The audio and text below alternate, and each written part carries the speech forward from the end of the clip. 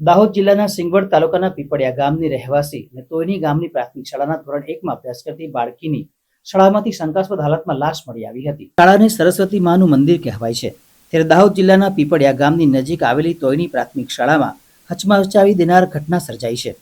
શાળામાં ધોરણ 1માં અભ્યાસ કરતી 6 વર્ષની વિદ્યાર્થીની લાશ મળી આવતા હાહાકાર મચી જવા પામ્યો છે।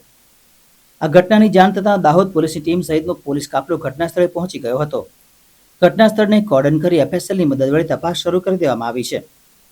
પ્રાપ્ત માહિતી અનુસાર દાહોદ જિલ્લાના પીપળિયા ગામની નજીક આવેલી તોયની પ્રાથમિક શાળામાં આ જ વર્ષે વિદ્યાર્થીનીએ ધોરણ 1માં એડમિશન લીધું હતું।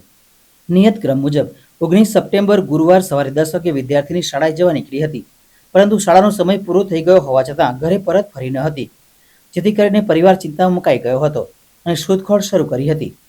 વિદ્યાર્થીના પરિવારજનો તપાસ કરવા માટે તોયની પ્રાથમિક શાળાએ પહોંચ્યા હતા, પરંતુ ત્યાં સ્કૂલના મુખ્ય દરવાજાને તાળું લગાવેલું હોવાથી તેઓ દિવાલ કૂદીને અંદર ઘૂસ્યા હતા અને તપાસ શરૂ કરી હતી।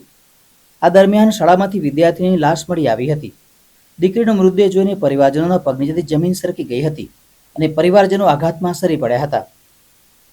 ત્યારબાદ પરિવારજનો વિદ્યાર્થીને લઈને દવાખાને દોડ્યા હતા, પરંતુ ડોક્ટરે તેને મૃત જાહેર કરી હતી। આ ઘટનાની જાણ થતાં દાહોદ પોલીસની ટીમ સહિતનો પોલીસ કાફલો ઘટના સ્થળે પહોંચી ગયો હતો। પોલીસે અકસ્માત મોતની ફરિયાદ દાખલ કરી વધુ તપાસ હાથ ધરી છે। તો બીજી તરફ આ ઘટનામાં એફએસએલની પણ મદદ લેવામાં આવી છે।